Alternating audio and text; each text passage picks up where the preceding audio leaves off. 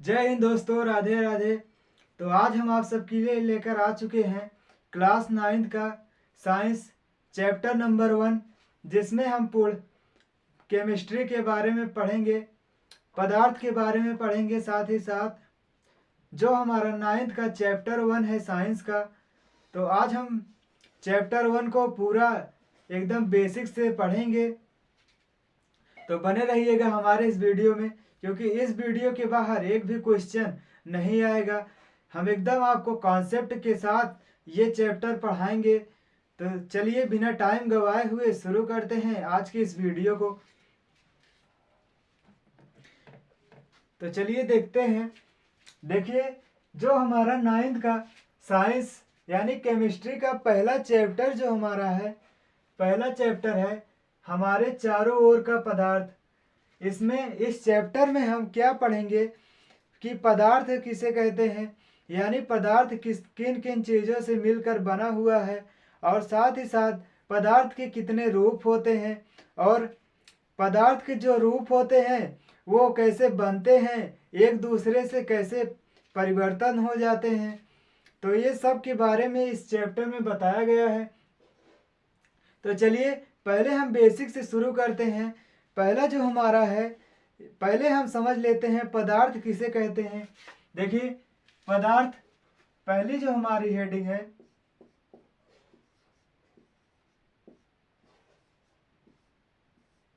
पदार्थ जिसे इंग्लिश में बोलते हैं मैटर।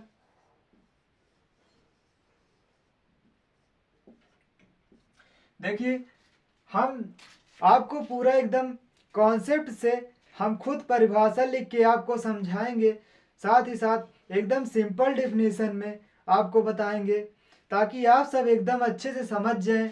देखिए, पदार्थ कैसे कहते किसे हैं, तो पदार्थ जो हमारे हैं छोटे छोटे कणों से मिलकर बने होते हैं। यानी जो भी वस्तुएं बनी हैं ये सब पदार्थों से मिलकर बनती हैं। और जो पदार्थ हैं हमारे छोटे छोटे कणों से मिलकर बनते हैं। तो पृथ्वी पर जितनी भी सारी वस्तुएं हैं जो बनी हुई हैं, ये सारी वस्तुएं हमारी पदार्थ से बनी हैं। और पदार्थ जो हैं हमारे छोटे छोटे कणों से मिलकर बने हैं, तो इसे पदार्थ कहते हैं। तो चलिए सिंपल डेफिनेशन में हम लिखते हैं यहाँ पर।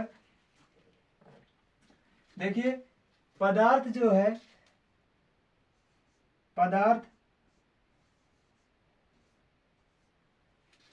पदार्थ का द्रव्यमान होता है, द्रव्यमान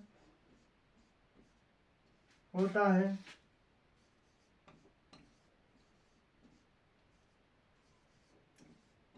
देखिए, द्रव्यमान किसे कहते हैं, यानी पदार्थ जो है छोटे छोटे कणों से तो मिलकर बने होते हैं, लेकिन पदार्थ जो है स्थान घेरते हैं, तो इसी को द्रव्यमान कहते हैं। अब पदार्थ का द्रव्यमान होता है, और ये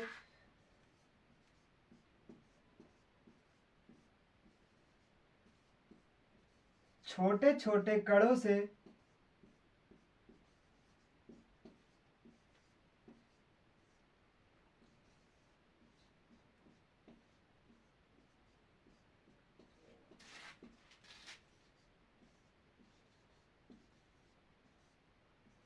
मिलकर बने होते हैं।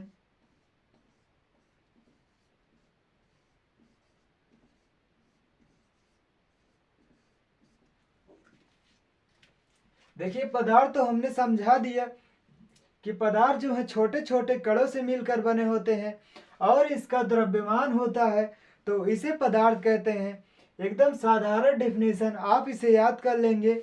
अब देखिए, इसके उदाहरण जो है, उदाहरण में हम देखें तो जो हमारा पानी है, यानी पानी हमारे पृथ्वी पर जो रहता है, ये एक पदार्थ है। पहला एग्जांपल हम ले लेते हैं पानी, और भी कोई वस्तु ले लीजिए। जैसे पृथ्वी पर सारी वस्तुएं जो हैं, सिर्फ वस्तुएं ही नहीं, पृथ्वी पर जितनी भी चीजें हैं, यानी पूरे ब्रह्मांड में जो चीजें हैं, ये सब छोटे छोटे पदार्थों से मिलकर बनी है। देखिए, पानी ले लीजिए, हवा, गैस, और भी कोई वस्तु ले लीजिए, जैसे किताब। तो ये ऐसे ही बहुत सारी वस्तुएं जो हैं पदार्थ से बनी हुई हैं, यानी सारी वस्तुएं पदार्थ से बनी हुई हैं। अब देखिए पदार्थ आप अच्छे से समझ गए होंगे, तो चलिए देखते हैं पदार्थ की अवस्थाएं। पदार्थ की अवस्था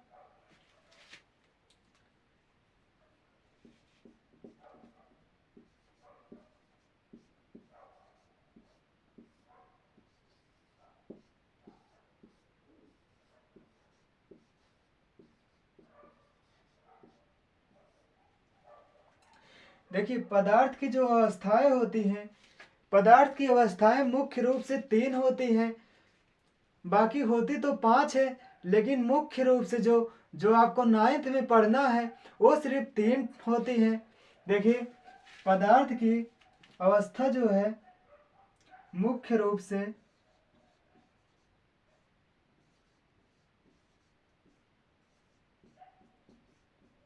3 होती हैं।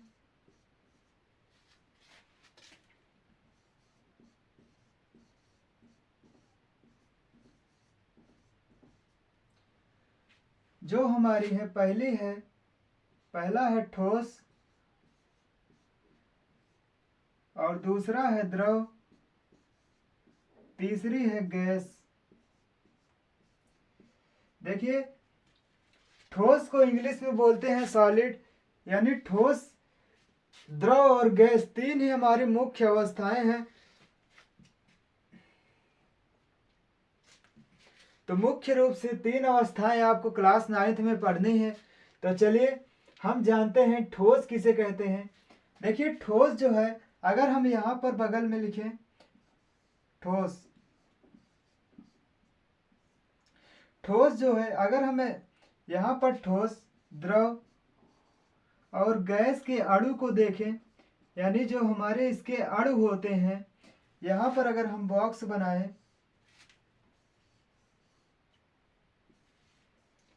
देखिए ठोस के जो अणु होते हैं वो बहुत ही पास पास होते हैं, यानी ऐसे ही एकदम पास पास सटे हुए होते हैं।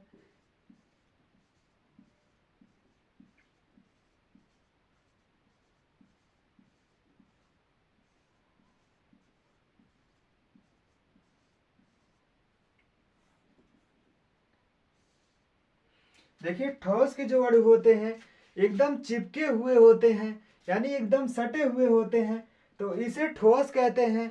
और द्रव के अणु जो हैं, द्रव के अणु थोड़ा थोड़ा दूर होते हैं, यानी दूर दूर होते हैं द्रव के अणु, क्योंकि द्रव जो है किसी भी पात्र में अगर हम रखेंगे तो ये उसी का आयतन ले लेगा। जैसे देखिए द्रव में हम किसी भी बर्तन में अगर उस द्रव को हम रखेंगे तो उसी बर्तन का आकार ले लेगा वो द्रव। और गैस जो है, गैस के जो अणु होते हैं बहुत ही दूर दूर, यानी बहुत ही दूर दूर इसके अणु होते हैं। तो गैस जो है, गैस अगर हम किसी कमरे में कोई गैस अगर हम छोड़े, जैसे कोई भी अगर आप परफ्यूम वगैरह मारते हैं वो एक गैस की तरह ही रहता है। अगर हम किसी कमरे में मारते हैं तो पूरे कमरे में वो फैल जाता है, तो इसी को गैस कहते हैं। जैसे अगरबत्ती हम जलाते हैं, अगरबत्ती को जलाते हैं उसका जो धुआं है वो एक गैस की तरह काम करता है। अगर वो जो धुआं है पूरे कमरे में फैल के महक देता है, तो इसी को गैस कहते हैं। गैस के अणु बहुत दूर दूर होते हैं। अब चलिए इसे हम अच्छे से समझते हैं, इसकी डिफिनीशन जो है, इसकी परिभाषा हम अच्छे से समझते हैं।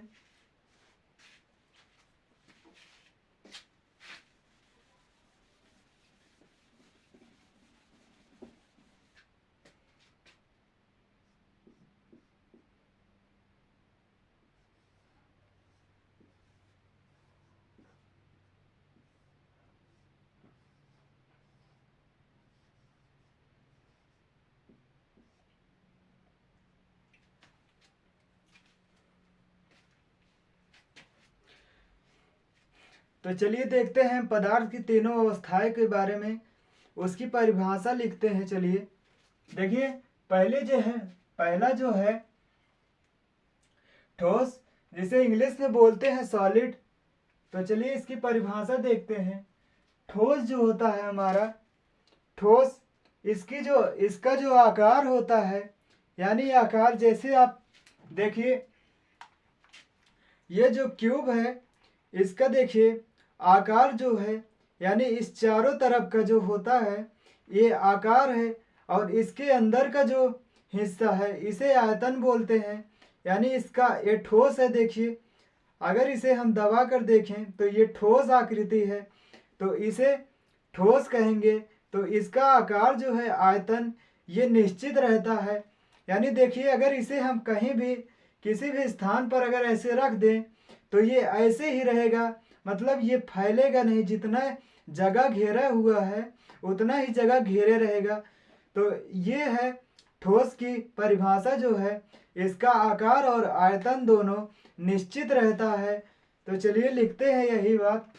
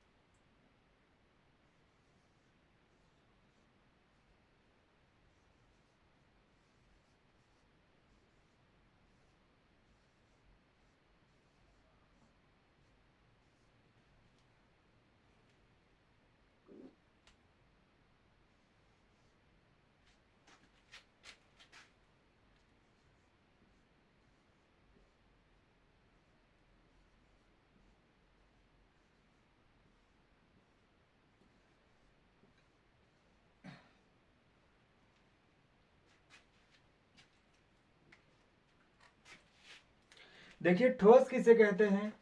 ठोस, ठोस का आकार और आयतन दोनों ही निश्चित रहता है, और इसके कण जो है बहुत पास पास होते हैं। कण हमने आपको बताया, बहुत ही कण इसके सटे हुए होते हैं एक दूसरे से, तो इसे ठोस कहते हैं। अब देखिए द्रव को, ये हमारा पहला है ठोस, और दूसरा जो है द्रव, इसे इंग्लिश में बोलते हैं लिक्विड।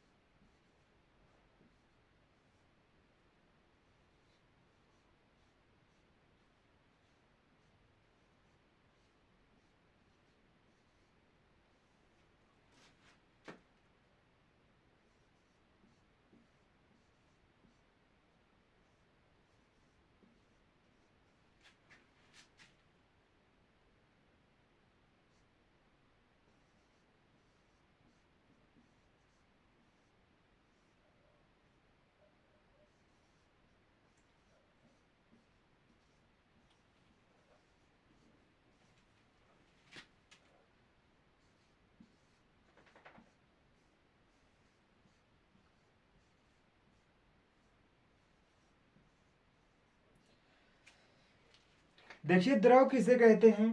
द्रव जो है इसका आकार जो है निश्चित होता है, यानी आकार जो है तो निश्चित रहेगा, लेकिन जो आयतन होता है, आयतन उसके अंदर का ये अनिश्चित होता है।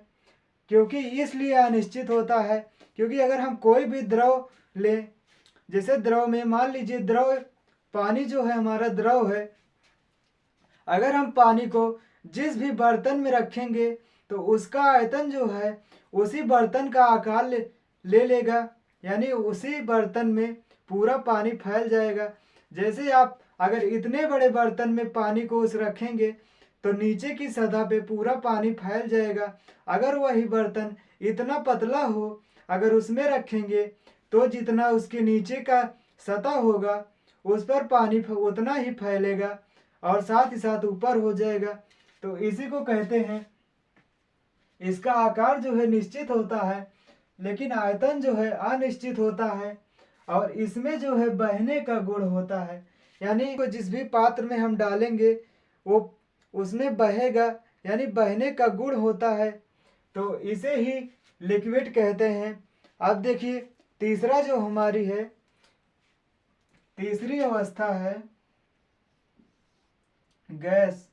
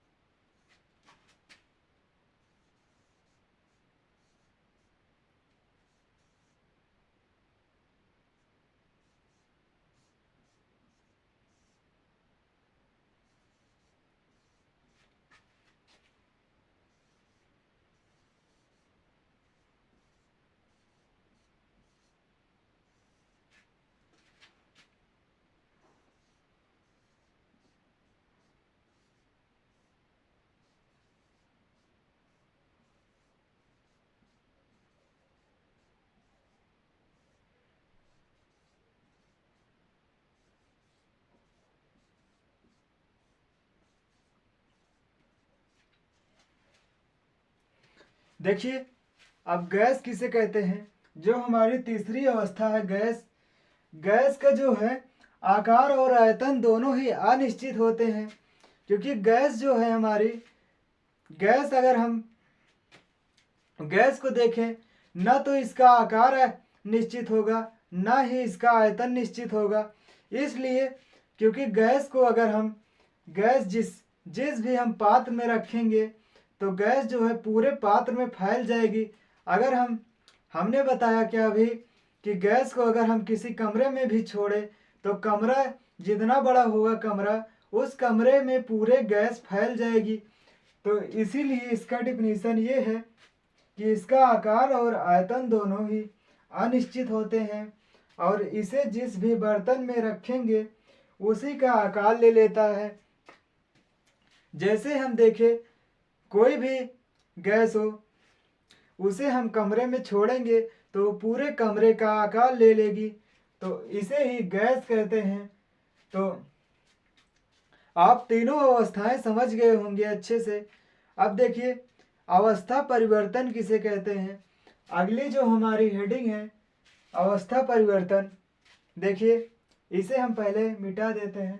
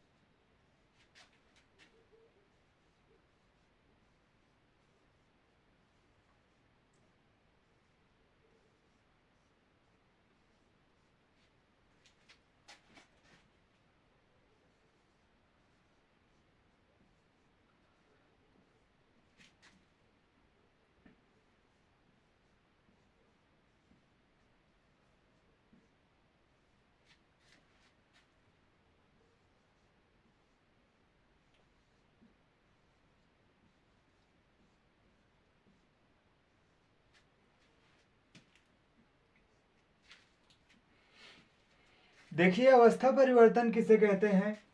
तो अवस्था परिवर्तन पदार्थ का एक अवस्था से दूसरे अवस्था में बदलना। यानी जो हमारा पदार्थ है, अभी तक हमने 3 पदार्थ पढ़ा, ठोस, द्रव और गैस। अब ये जो है ठोस जो है वो डायरेक्ट द्रव में भी बदल सकता है, और कोई ठोस वस्तु जो है डायरेक्ट गैस में भी बदल सकती है। यानी हम किसी भी वस्तु को ठोस से द्रव में, द्रव से गैस में, और गैस को फिर से द्रव में, और द्रव को फिर से हम ठोस में बदल सकते हैं। इसी को हम अवस्था परिवर्तन कहते हैं। देखिए अवस्था परिवर्तन में के हमारे कई भाग हैं। जो हमारा पहला है, पहला भाग इसका है वाष्पीकरण।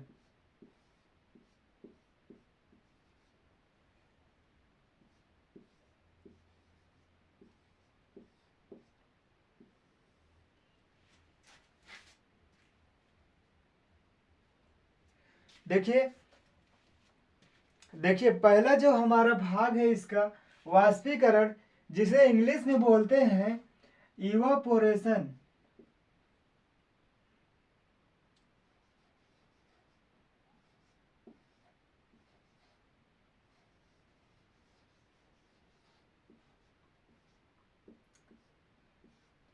इंग्लिश में इसे बोलते हैं इवापोरेशन।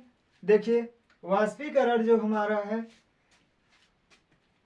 तो वाष्पीकरण जो हमारा है, द्रव से सीधा गैस में परिवर्तन होना ही वाष्पीकरण कहलाता है। यानी कोई भी द्रव द्रव की वस्तु है द्रव में, और उसे डायरेक्ट गैस में बदल दिया जाए, इसे ही इवापोरेशन कहते हैं, यानी वाष्पीकरण। तो देखिए इसकी डेफिनेशन जो है, परिभाषा इसकी है, किसी द्रव का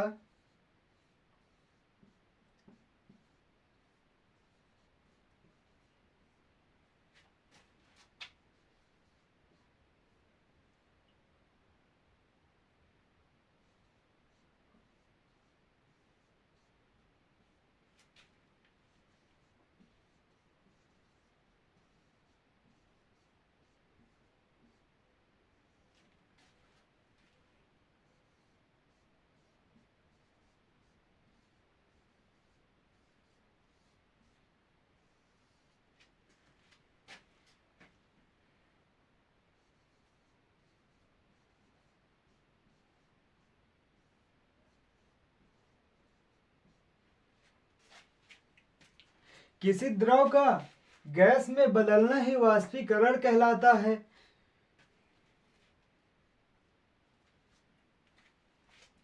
देखिए वाष्पीकरण किसे कहते हैं। वाष्पीकरण जो हमारा है, किसी द्रव का सीधा गैस में बदल जाना ही वाष्पीकरण कहलाता है। और वाष्पीकरण के उदाहरण जो हैं, जैसे देखिए द्रव द्रव में हमारा जो है पानी आता है। पानी जो हमारा है, पानी का सूखना, ये इवापोरेशन होगा, यानी वाष्पीकरण। या हम पानी को अगर हम उबालें, यानी कुछ डिग्री पर अगर हम पानी को उबालें तो भाप बनकर जो है हवा में उड़ जाता है, तो इसे ही वाष्पीकरण कहते हैं। तो देखिए इसका उदाहरण जो हमारा है उदाहरण है इसका पानी का सूखना। पानी का सूखना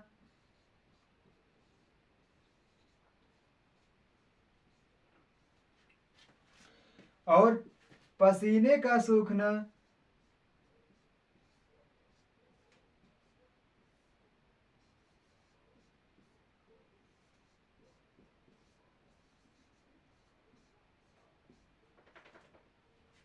ऐसे ही बहुत सारे उदाहरण हैं वाष्पीकरण के।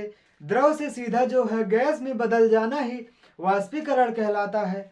अब देखिए जो हमारा अगला भाग है, यानी दूसरा जो हमारा है,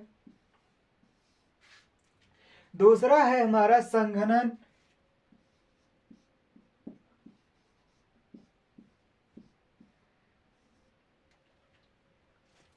दूसरा हमारा जो है संघनन, इसे इंग्लिश में बोलते हैं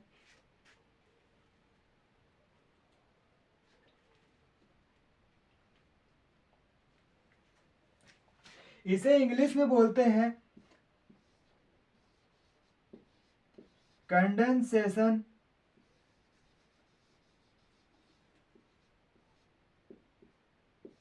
इंग्लिश में इसे बोलते हैं कंडेंसेशन। अब देखिए संघनन जो हमारा है, तो संघनन उसे कहते हैं, संघनन में जो हमारा कोई भी गैस हो, गैस से सीधा जो है द्रव में बदलना, यानी अभी तक जो हमने वाष्पीकरण पढ़ा, इस वाष्पीकरण का उल्टा जो है संघनन है, यानी वाष्पीकरण का विपरीत यही संघनन कहलाता है। जैसे हमने वाष्पीकरण में समझा द्रव से सीधा गैस में बदल जाना, और संघनन में ये है कि जो गैस है हमारी, गैस से सीधा द्रव में ही बदलना संघनन कहलाता है। तो इसकी डिफिनीशन है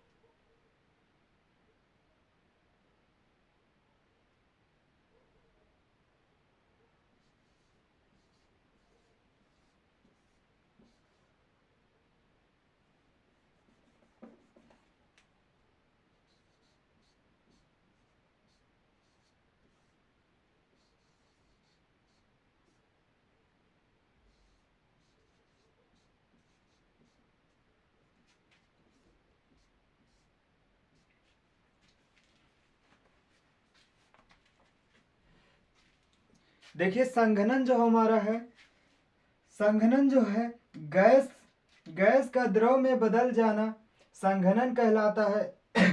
उदाहरण जो हमारे हैं संघनन के उदाहरण है ठंडे पानी का गिलास के बाहर आना। अब देखिए कैसे ठंडे पानी का गिलास के बाहर आना इसका उदाहरण है।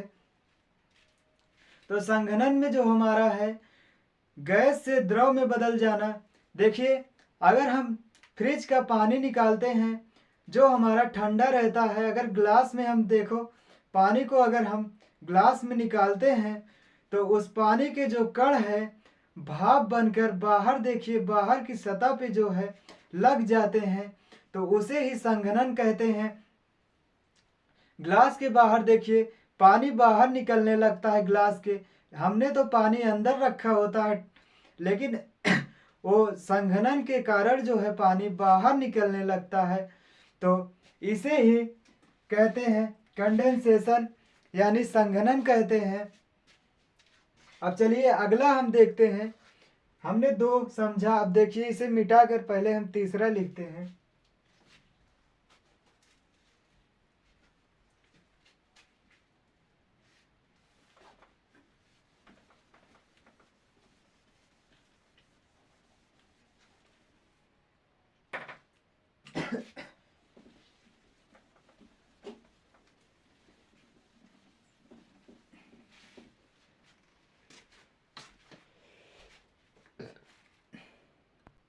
तीसरा जो हमारा है, तीसरे को बोलते हैं अपघटन।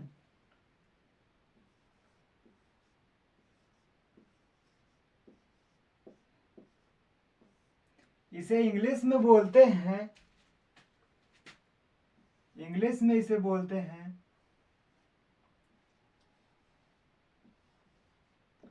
सब्लिमेशन।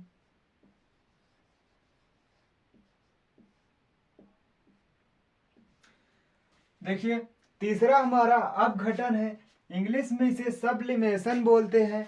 देखिए अब अपघटन क्या है, अपघटन जो हमारा है,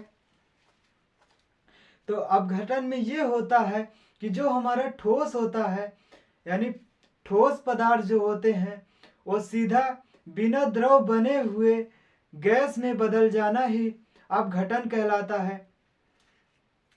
देखिए अभी तक हम पहले ठोस को द्रव में बदलते थे, फिर द्रव को गैस में बदलते हैं, ऐसा ही संभव था।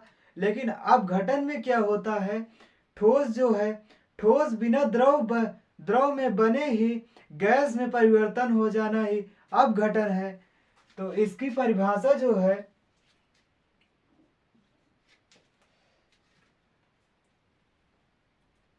किसी ठोस पदार्थ का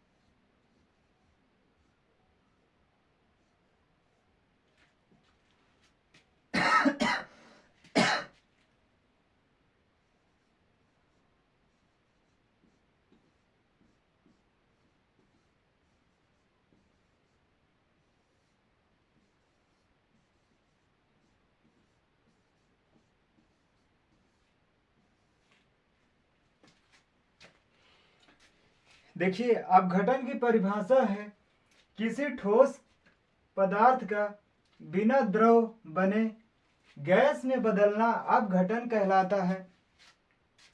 यानी हमने तो समझाया अपघटन जो ठोस से डायरेक्ट गैस में बदल जाए उसे ही अपघटन कहते हैं। उदाहरण में है कपूर का जलना। चौथा जो हमारा है प्रसार।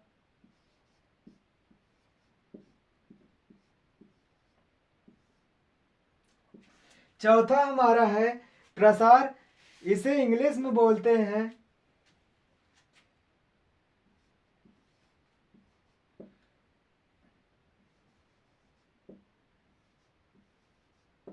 डिफिनेशन। देखिए डिफिनेशन की इंग्लिश में थोड़ा मिस्टेक होगा तो उसे आप देख लीजिएगा। देखिए प्रसार को इंग्लिश में डिफिनेशन बोलते हैं। अब देखिए प्रसार कहते किसे हैं, तो प्रसार जो है किसी पदार्थ का अनियमित रूप से, यानी कोई पदार्थ है उसे अनियमित रूप से किसी और दूसरे पदार्थ में मिल जाना ही प्रसार कहलाता है। जैसे कोई एक पदार्थ जो है किसी दूसरे पदार्थ में मिल जाए उसे ही सिंपल भाषा में उसे ही प्रसार कहते हैं। जैसे देखिए कोई, जैसे आप देखिए इस कलम की जो स्याही होती है उस स्याही को अगर हम पानी में डाल दें तो उसी पानी में वो घुल जाएगी, तो इसे ही प्रसार कहते हैं। यानी कोई एक पदार्थ जो है दूसरे पदार्थ में मिल जाना ही प्रसार कहलाता है। देखिए इसकी डिफिनीशन लिखते हैं। परिभाषा इसकी है, किसी पदार्थ का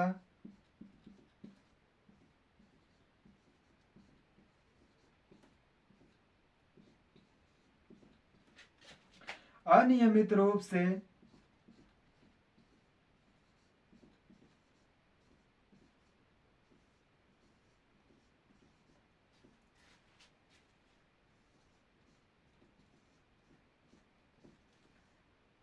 किसी दूसरे पदार्थ में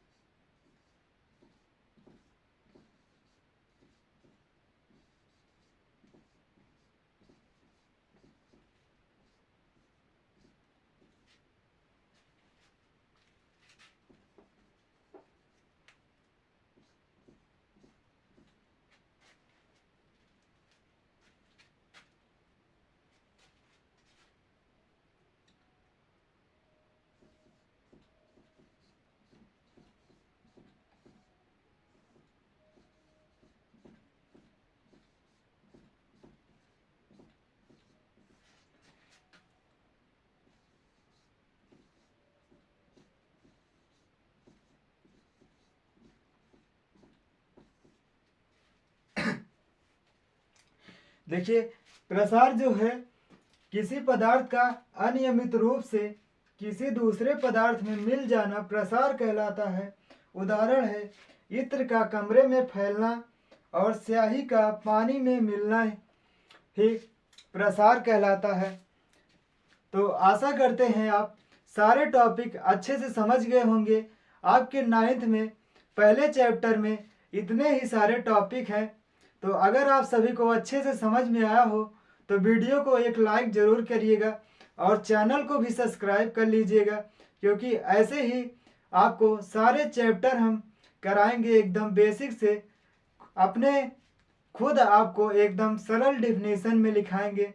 ये जो सरल डिफिनीशन में हमने लिखाया हुआ है ये आप किसी भी बुक में नहीं पाएंगे। ये केवल हमने अपने आप से बनाया हुआ है जो आप अच्छे से समझ सकते हैं। और इसमें एक भी शब्द जो है इसमें गलत नहीं है। आप अगर इसे अच्छे से तैयार कर लेंगे इस नोट्स को तो इससे बाहर आपका एक भी नहीं आएगा। इतने सरल डिफिनीशन जो है आप अच्छे से याद कर लेंगे, इसीलिए हमने आपको सरल डिफिनीशन में समझाया है। अब देख